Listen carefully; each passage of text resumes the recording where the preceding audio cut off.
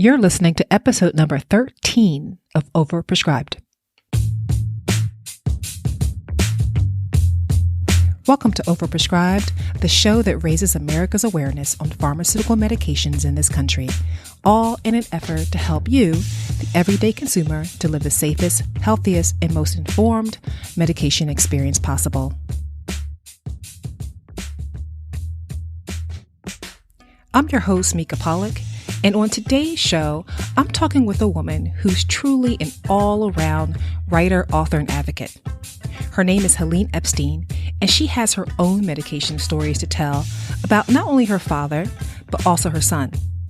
Helene serves on the board of directors of Brightpoint Health, a nonprofit provider of integrated healthcare and social support services to the neediest in New York City. As a member of that board, she serves on the Quality Improvement Committee. She's also a member of the Patient Engagement Committee for the Society to Improve Diagnosis in Medicine, which also goes by the acronym SITM. She serves as the sole patient advocate expert on the advisory panels for 3 national studies on diagnostic error. Helene's been a published writer for over 20 years. She's a member of both the American Society of Journalists and Authors and the Association of Healthcare Journalists. And starting this fall, you can read her new column on what patients need to know about getting properly diagnosed.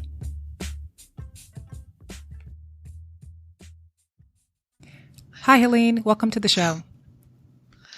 Hi, Mika. I'm happy to be here. Great. Congratulations, by the way, on your upcoming writing venture. I'm really excited to read the new column, and I'm happy that you're here. So let's get started with you maybe telling us a little bit about how you got started in patient advocacy. I had a career before I got started in patient advocacy, and that career ended the day that I was told my son had a life-threatening disease. He didn't. It was a misdiagnosis. And in fact, over the first 15 years of his life, he was misdiagnosed over 15 times. It was because of that and what I needed to learn to navigate his healthcare and dealing with multiple misdiagnoses that I decided to start sharing that information with others. I almost feel like it's when your real life collides with your professional life, right? And you have this pivotal moment that just shines this light on you, and it just builds up this fire in someone to do something different based on their personal experience. But actually how you and I first started talking was about your dad and, his life and his story. Do you want to tell us a little bit more about your dad and what his experience was, some of the beginnings of that? I would be glad to. And I just want to start with who my dad was before he became ill. My dad was a hero to me. He was actually a decorated war hero in World War II. He was a world traveler. He was a brilliant and proactive and very creative man, a talented artist when he was younger, and when he was older, he turned to digital photography. When he retired, he even took over a nonprofit scholarship organization. It was moribund, and he led it to great success for 2 decades before he became too elderly and too ill to continue to run it. His career was an optometrist, an eye doctor, and he was one of the first professional optometrists in New York, a dedicated eye doctor who cared greatly about his patients and about their vision. He would work 6 days a week, 12 hours a day. So my dad was healthy most of his life. In fact, he was in his late 70s before he had any serious health issues at all. He had always been a strong man and a brave man, but he was completely unprepared for the type of all-day pain that lay ahead of him. What was the shift in his health where he became ill, and what was going on? Ultimately, he was diagnosed with Parkinson's disease. And Parkinson's disease is a disease that's very difficult to diagnose. There's a very high rate of misdiagnosis. There's studies that say 25%. There's one study that says up to 50% of patients are misdiagnosed or delayed in their diagnosis before they're ultimately properly diagnosed with Parkinson's disease. And that was true for my dad. The pain began in his back. So he was originally diagnosed with sciatica, then spinal stenosis. And then when he reached the end of stage 1 Parkinson's disease, and there are 5 stages of it, he was diagnosed with essential tremors. So even in the beginning of stage 2 Parkinson's disease, he was actually still misdiagnosed. So what happens with that, as you well know, is that when you are diagnosed with the wrong disease, you get the wrong medications. Right. And the medications weren't helping him. So finally, in 2012, and he's 90 years old, he was diagnosed properly with Parkinson's disease and received the correct medicines for the symptoms. Luckily for him, his type of Parkinson's was slowly advancing, and he was old to have been diagnosed with it for the first time. So your dad was diagnosed with Parkinson's in 2012. He received the right medicines for the diagnosis. I'm just curious, just so we can have a time period for the audience here. The time period from when he was first diagnosed with sciatica to the point of when he was diagnosed with Parkinson's was how long? It was approximately 4 years. Okay, so it took 4 years to get to the diagnosis of Parkinson's. Wow. Okay. Parkinson's is one of those diseases where the diagnosis follows the symptoms. There is no objective test for Parkinson's disease, so it is a clinical decision, and the doctor diagnoses you based on your symptoms. So based on his initial symptoms, he was seeing an internist and an orthopedist. It wasn't until the tremors became evident that he got to see a neurologist. Okay, so he saw the neurologist at that point. But so he was diagnosed with the Parkinson's in 2012, received the right medications, but at some point, your family became concerned about the treatment or the medications that he was on. Can you tell us more about that? So my dad had slowly advancing Parkinson's disease, which meant that he went from the stages 1 to 2 slowly and from 2 to 3 slowly. But he had been healthy his whole life, so he was completely unprepared for the pain, for the tremors. And in 2014, just 2 years into his Parkinson's diagnosis, my dad said his tremors felt so intense to him, he likened it to living inside a washing machine's agitator. He had the first neurologist had also misdiagnosed him with essential tremors. It was the second neurologist who had gotten it correct. And my dad kept going back to this second neurologist and asking for more and more meds to help him reduce the tremors and reduce the discomfort from Parkinson's disease. And the neurologist complied. So by 2014, although my dad was probably just entering stage 3 of Parkinson's disease, he was taking enough medication for the 5th stage, for the end stage of Parkinson's. The frontline drug for treating Parkinson's disease is a combination of carbidopa and levodopa, and that's a generic form of Sinemet. And Parkinson's disorder we don't know the cause, but we know that the symptoms are caused by too little dopamine in the brain. So the carbidopa-levodopa combination helps create dopamine for the brain, and it helps to control movement. So in 2014, my dad was taking up to 9 tablets of carbidopa and levodopa a day, but the maximum recommended dosage is just 8 pills a day, and that is for stage 5. He was also, at this point, taking something called entacapone. And entacapone is a companion drug to the carbidopa-levodopa. So every time you take one, you also take the other. And it helps with the end-of-dose wearing off symptoms of Parkinson's disease. So he was taking 4 tablets of entacapone in 2014. On top of that, he was also taking resigaline, just 1 tablet a day. And that's another booster drug. And what it does is it helps improve some of the symptoms, and it helps reduce what they call the off time, periods of slow movement or stiffness when one drug is wearing off and before you take the new medication. On top of all of that, he was taking medicines for anxiety and depression, which helped calm him, but also exacerbated the sleepiness that some of the Parkinson's meds would give you. And he had a pacemaker, so he took blood thinners and beta blockers. Okay, so your dad was definitely someone who was what they would say falling into the polypharmacy category. So almost a prescription cocktail, if you will. He was taking many medications every week, probably many within the same day, if you will. He was taking up to 20 doses of something every day. So at what point did you and your family feel as though there needed to be a change with the medication? Well, initially, the increased medication helped reduce his tremors. But that summer is when I first noticed that his tremors were completely gone. Now, for most Parkinson's patients, even no matter what they're taking or not taking, when they sleep, the tremors are still. That's one of the ways that they can diagnose the disease. But my dad had no tremors at all. They were gone. And I thought that was both great and a little odd. And again, we didn't think much of it until he started to behave and speak a little oddly. So first he started reacting to the movement in the corner of his eye. So thinking maybe a small furry animal had run past him, and there was no dog or cat or any other kind of animal in the apartment. And then he started mumbling sort of odd phrases on the phone that didn't make sense. And when we would ask him to repeat it or what did you say, he would cover and just say, maybe it was a dream. And we didn't think much of this because with all the medication, he was also sleeping 14 to 18 hours a day.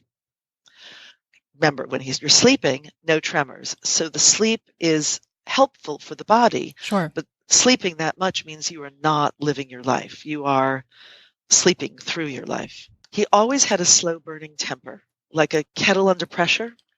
So sometimes when the pressure would become too much, he'd blow up, but that was rare for him.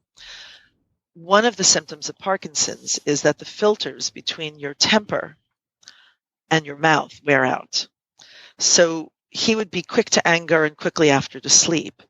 And we didn't think, again, very much of that because that is a progression of Parkinson's disease. Here's when things became so odd we knew that something was wrong. One day he told me he had saved someone by lifting the car off of them in the street. Earlier that day, he was 92 years old. He was not lifting cars off of anyone. The other story he told us was that he had killed someone the night before. How, Daddy? How'd you kill someone? I shot him. So my sister was down there and she searched the apartment for a World War II souvenir German pistol he had. She couldn't find it, but she found the bullets and she gave those to the police. Another story he told us was that he had had a wonderful conversation with his mother, but she had died 27 years earlier. But he had seen her and spoken to her. And when we questioned him, he said, well, maybe it was a dream. These all raised red flags for us. But the neurologist said, don't worry about it. This is stage 5 Parkinson's. So according to my neurologist, who would see my dad every few months, my dad had catapulted from stage 2 to stage 5. And I was uncomfortable with this. My gut told me this wasn't advanced Parkinson's. So I started researching all the medications. And that's when I learned something startling, that the number one cause of hallucinations and delusions are due to Parkinson's medications, not the Parkinson's symptoms themselves. Wow. So, you hear this a lot with medications that are meant to treat, a particular condition, but then the risk is some of the risks from those drugs could lead to the representation or the manifestation of those conditions or similar conditions in someone. So, but here it is. Your neurologist said, no, this is because of advanced stage Parkinson's. This is not because of the medication. Right. When I had called, I got permission. I talked to my dad first when he was lucid and when he was awake and told him that I thought that his sleeping all day, I didn't mention the hallucinations. I didn't want to embarrass him. Sure. But I said, Dad, you're sleeping the whole day away and you're missing your life. And I understand that you want to avoid the tremors. But I think you're taking too much medication and I think it's making you more ill. Do I have permission to speak to your neurologist? And he said yes. So I did call the neurologist and he dismissed me completely. And he said something that I think anybody who's caring for someone older should be aware of. He said, my dad was 92 years old and I should just be happy he lived so long. So I called the internist to talk to him about the medications, and he said, no, you have to talk to the neurologist. And then I tried talking to my mom and saying, why don't you just reduce the medication 1 dose a day and spread the others out a little bit and see if that helps. And she was uncomfortable with that, and she was right to be uncomfortable with that. We should not be changing the drug regimen without discussing it with our doctor first. So in September, at the end of the summer, in the middle or end of September, my sister was visiting, and my dad became completely unresponsive. He slumped over. He was staring at the floor. She thought he had a stroke, and she called 911, and he didn't have a stroke, but he was at the height of the last dose of medication's effectiveness. He was dehydrated, and he possibly had a light touch of pneumonia. They hospitalized him. They hydrated him, and the incident alarmed everyone, and when he was ready to be sent home, the internist said, let's send him to rehab for a little while and let him be watched carefully there, which we thought was a fabulous idea. It was a great rehab, and we thought they would take great care of him. But that evening, just a half an hour after my mom had left him there, he was unattended, still a little loopy, and he fell and broke his femur and was back in the hospital. A 92-year-old having femur surgery has a very low chance of survival. High risk. So very high risk of death. Mm-hmm. So my sister and I both hopped on a plane and ran down there, and he survived the femur surgery, which is miraculous. But in my mind, this was a lucky accident because it gave me a chance to talk to the attending neurologist at the hospital. And I told him the whole story, and I told him all the symptoms, and I told him what was happening, and he observed my father not tremoring at all several times that day, and he agreed. And he said, we're going to knock the medications down by half for a week, and then if he's ready to go to rehab, I will recommend that the rehab knock them down by half again, which is what we did. And we were right. Within 2 weeks, he went from 9 carbidopa levodopas a day to 1 a day with possibly an extra if he needed it at night. From 4 entacapones to just 1. They completely stopped the resigaline, and they reduced the anti-anxiety meds. You've seen the movie Awakenings? Yes, I have. It's a wonderful movie. And my dad came roaring back like Robert De Niro's character in the movie Awakenings. He woke up in rehab one day with absolutely no memory of the past 2 to 3 months. He didn't recall anything from the summer. He didn't recall the first or second hospital stay. He didn't know anything about the surgery. He didn't understand why he was being confined to bed because of the broken femur, or the hallucinations. He had no memory whatsoever of those days. It was as though they had never happened. That's amazing. I assume that the hospital or the healthcare team observed this as well, and they had a response or at least an assessment from their perspective in terms of why he experienced that. It's interesting to me that the neurologist just accepted that this was okay and that my father's tremors had lightened enough and that he didn't need as much medication. He never apologized. He never took any responsibility for the months that my father had lost, or the anxiety that the family had gone through while he was experiencing this. He just said, okay, it's working. Let's keep that dosage as it is. It's very frustrating when that happens, but all I cared about was that he wasn't throwing my dad back on that incredibly high dose. So the best part of this is that although my dad still had Parkinson's symptoms, which meant he still had a reduced filter between his temper and his mouth, which made rehab very interesting, he decided that he was going to take charge, and make certain that he got the heck out of that rehab. That's all he wanted to do, was go home. So he was very compliant with the PT. He worked extremely hard, and within 2 months he was home. And the best news of all is that he lived for another 2.5 years. Yes, his Parkinson's advanced, and slowly the medications crept back up, but they never, ever, even at the end of his life, he was never taking as much medication as he was taking in 2014. And my dad passed in the end of May in 2017 of congestive heart failure, although the death certificate said Parkinson's disease. Interesting. Well, I'm first of all, I'm really sorry to hear about your dad and his experience, but he lived a long life. He had a very loving family, and you all were there for him, particularly in his last years. I find it interesting, however, that Parkinson's was listed on the death certificate. What are your thoughts on that, and why was that the case? We could do a whole show on death certificates and how inaccurate they are. And they're really important. It's important to get them right because a lot of funding comes from the statistics that we get due to how many people die of cancer, heart disease, Parkinson's disease, other neurological disorders, and so forth. But Parkinson's disorder, you die with Parkinson's. You don't die of it. And I didn't see the death certificate until very recently, a little more than a year after he had died. And I brought this up to my mom and I said, shouldn't we correct the record? And she just didn't want to be bothered with it. And I wasn't going to put her in that position. She said, that's what the doctors wrote and that's fine with her. So looking back on your dad's experience, especially those last, 4 or 5 years, or what were some of the big takeaways that you feel like from your experience that people should be mindful of or that they can learn from?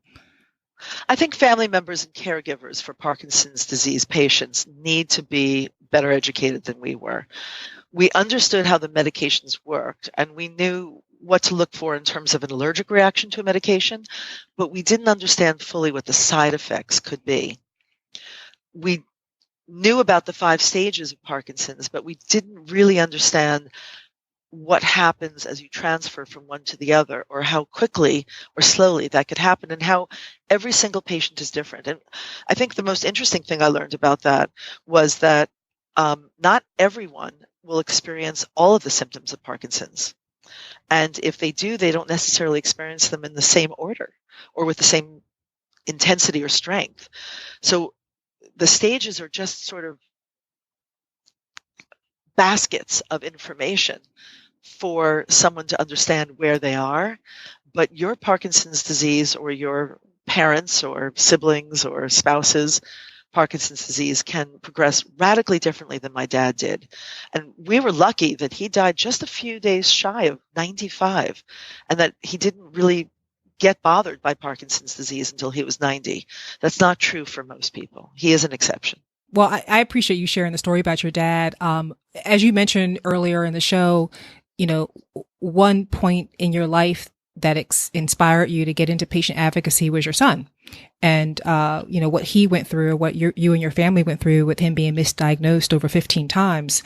And you and I have talked about this offline, but you share with me a very interesting story, which I think people can learn from in terms of how you can talk with your kids about medications and side effects, especially when they're taking medication for the first time.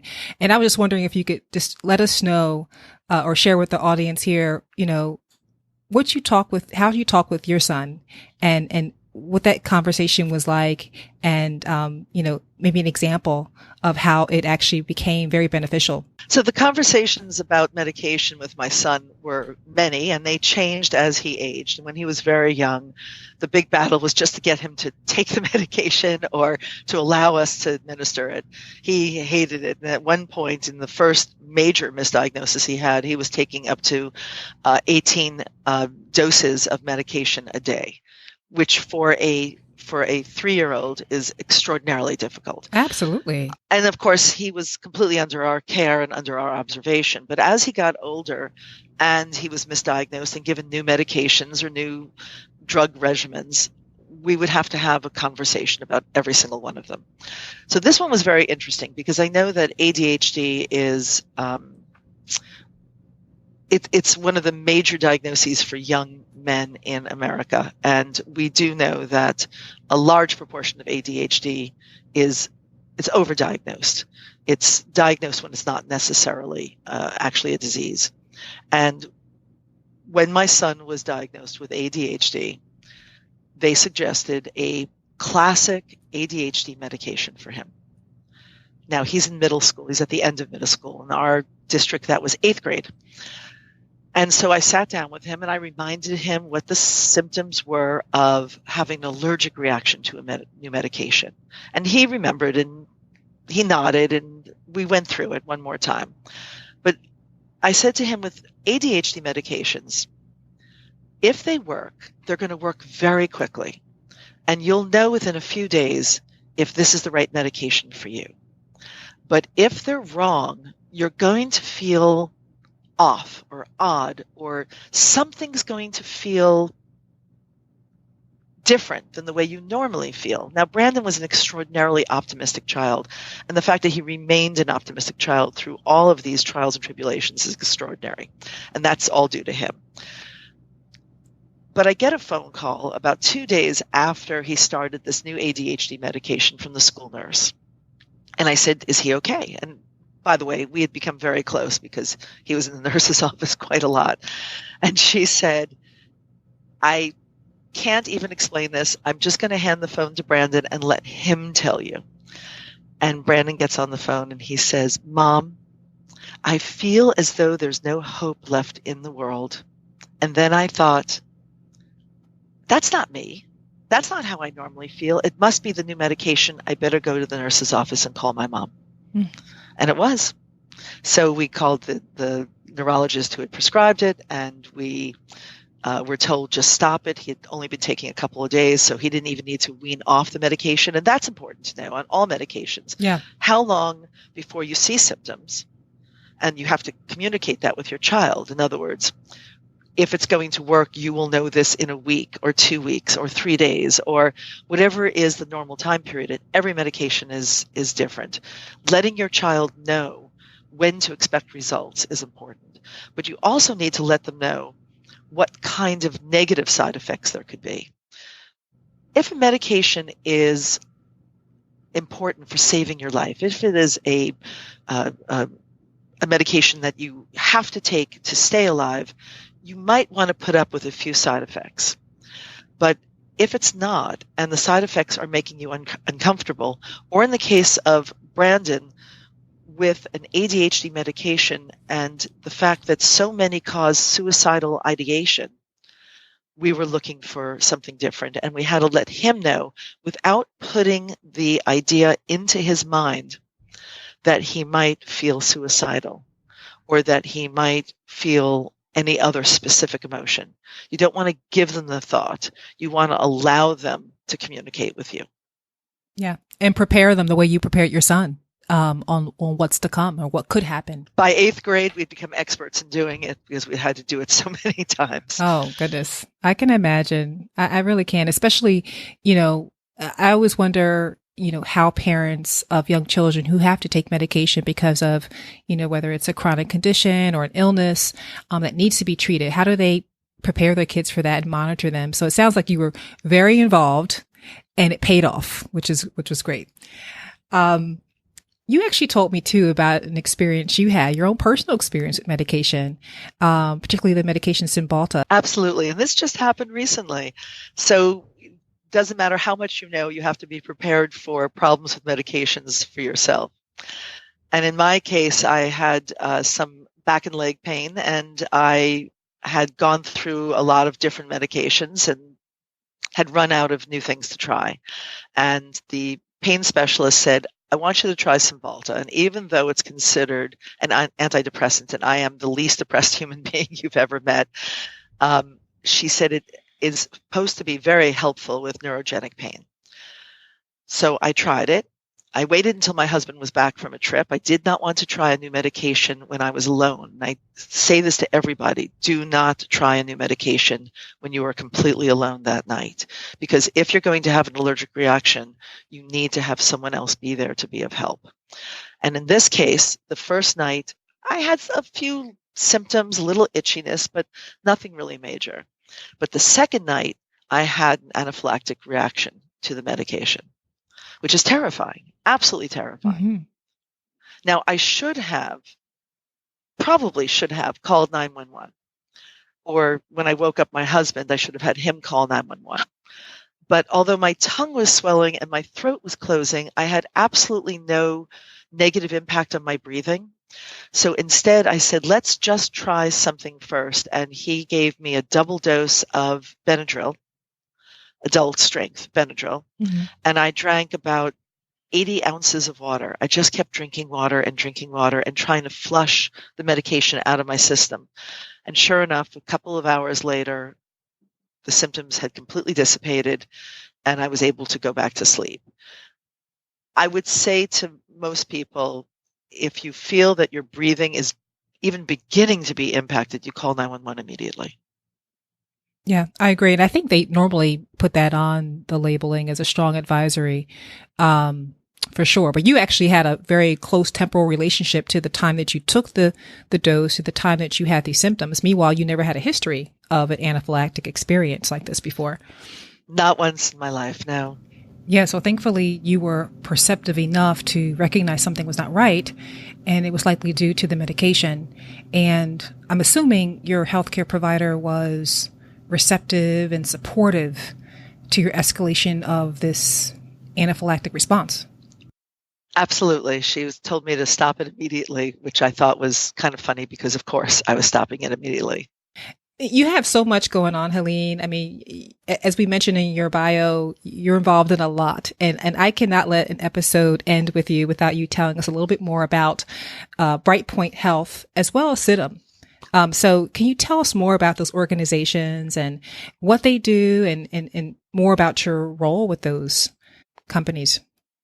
Well, I'm on the board of directors of Brightpoint Health, and I'm also serving on the Quality Improvement Committee, which is something I'm very proud to do. Brightpoint Health is a nonprofit provider of healthcare, behavioral healthcare, and social services to 50,000 of the neediest New Yorkers. We're in all 5 boroughs, and we're working with the homeless population, with immigrant families who don't have access to healthcare, and with the working poor. The work that they do is incredible because it's not just giving access to healthcare, but they have an incredible track record with reducing addiction rates, with helping women who have been abused find a way to start a new life. We have a graduation ceremony every spring for patients or they like to call themselves clients, which I think is far more empowering than being called a patient. Yes. So our clients have a graduation ceremony, and anyone who has achieved a goal, who has been able to stay clean, who has been able to manage a disease, to improve their lives, is honored. And it's an extraordinarily moving ceremony. The other organization I'm very involved in is the Society to Improve Diagnosis in Medicine, which you rightly called CITM.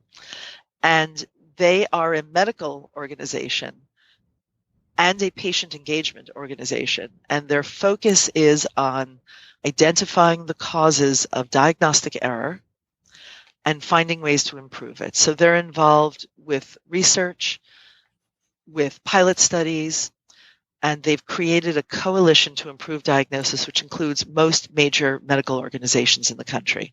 They're an international organization, and I serve on their patient engagement committee.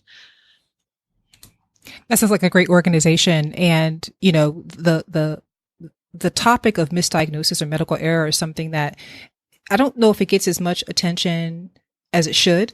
It definitely is something that's occurring every day in this country. And so I think the more people that can do something to minimize it, investigate the root causes, the better.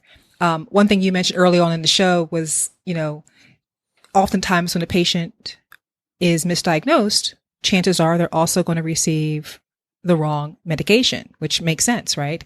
And so what can patients do to empower themselves to maybe minimize their risk of misdiagnosis or medical error? It's a great question. Let me start by saying that 10% every year of American adults are misdiagnosed. Now, not all of them are terribly impacted by that. Approximately a third of them will have serious consequences from that misdiagnosis. But 10%, that is 24 million American adults every single year are misdiagnosed. And that's approximately 8 million who have serious consequences from that. That's a staggering number. And diagnosis begins. It's a process, and it's a process that is run by a team, and the patient is the center of that team and has to be an active team member. And so the very first thing you can do is, before you go in, even for an annual checkup, or if you're going in with a complaint or a concern, to prepare your notes, to make certain you have a succinct list of what is bothering you, when did it start, how often does it happen, how bad does it get, what makes it feel better, what makes it feel worse, and be prepared to present that to the doctor. As you know, most doctors have very limited time to spend with patients. They're being pressured by the corporations they now work for and the insurance companies and the government to see a lot more people, to record and document everything. They spend more time on the computer these days than they do actually face-to-face with the patient. But diagnosis also begins with a physical exam and then a conversation about your symptoms or your concerns or your complaints. And you have to be able to present them well. And then the most important question to ask at the end of the whole conversation, when the doctor is saying, this is what I think it is, here's the tests we might need to do, or here's some medication I want you to try, or here's a regimen I want you to attempt to do. The most important question to ask is, what else could it be? Because that stops the doctor from doing something we call heuristics, which is a mental shortcut. This looks like a duck, it talks like a duck, it quacks like a duck, it walks like a duck. Right. It must be a duck. And then you find out, no, what the patient has is a goose. So asking that question can stop the doctor and open up their mind to think about something that perhaps they didn't fully consider. Even if they're going to dismiss it, it allows for a conversation. And that helps reduce diagnostic error. Wow. That's a very good piece of advice. And I would even piggyback on that to even extend it into, medications that are being prescribed. What other options are there? Maybe even asking, is this the first line treatment? For, my symptoms or my condition, because also that can spark a question or a conversation, which it sounds like that's the key, is that patients and doctors or patients and healthcare teams need to have a discussion. They need to have a relationship and really communicate with each other to really get to the bottom of things. The communication is key, and without good communication, so many errors can happen in so many areas. The other thing about medication, of course, is not only know what the medication is, what it's expected to do, and when you should receive some relief from your pain or concern. You should also know when to see the doctor if the medication is not working. The doctor says, oh, you should feel relief within 2 weeks. At the end of 2 weeks, do I call you? They might say, no, if you're not feeling relief, call me within 3 weeks, or let's make an appointment now for a follow-up. Mm-hmm. And then do that. Actually follow up. Be compliant. Stop, obviously, if the side effects are causing greater harm than the relief you're getting from the medication. And communicate that immediately to the doctor.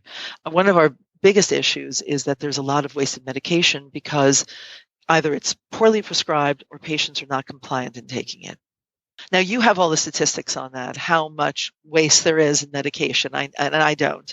But I know that it's a gigantic issue, and diagnostic error, misdiagnosis, is one of the driving causes as well. Yeah, there's a lot of conversation around patient noncompliance on medications. And sometimes I think there's not as much of the same chatter around how do we prevent or how do we help to monitor adverse drug reactions better. And I really think it comes down to what you had mentioned before, which is that, doctors are overwhelmed. There's a lot of, documentation now required, a lot of it computerized. And there's not a lot of time to see patients. And so you're seeing them, you're getting them in the office, out the office, and there's not a whole lot of time to then follow up and, collect all this data, around how someone's body reacted to this, long list possibly of medication. So it's complicated. Tell us a little bit about your website and how people can get in contact with you. So the website is hmepstein.com, and I hope you will put it as a tag at the bottom of the podcast link. I sure will. Thank you. There is a contact tab, and there is a place to send me an email. There's also a misdiagnosis poll. If you want to participate, I'd appreciate it.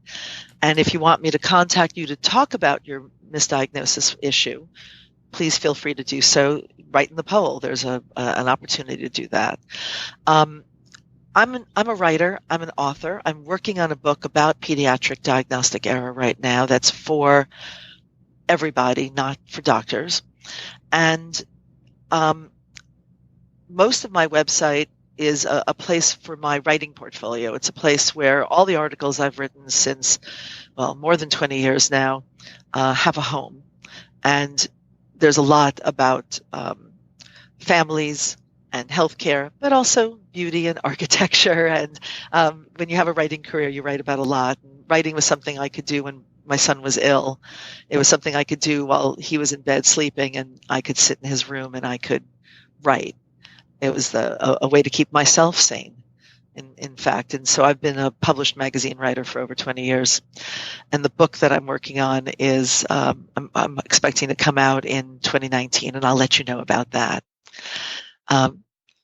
The other thing that I'm doing, and I urge anybody who's experienced any sort of adverse reaction to medications or to an error in their diagnosis, there's a lot of research going on, and there's a lot of opportunities for patients to participate in the research on the panel that is designing the research.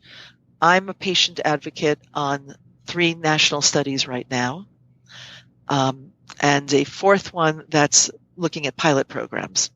So if I can do it, you can do it. It's just a matter of finding the ones that are happening locally to you.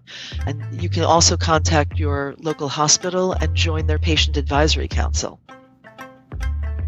Helene, what you're doing, honestly, is excellent. It's inspiring. It's amazing. And I hope you continue for many, many more years. Thank you so much for coming on the show today. Thank you for having me, Mika.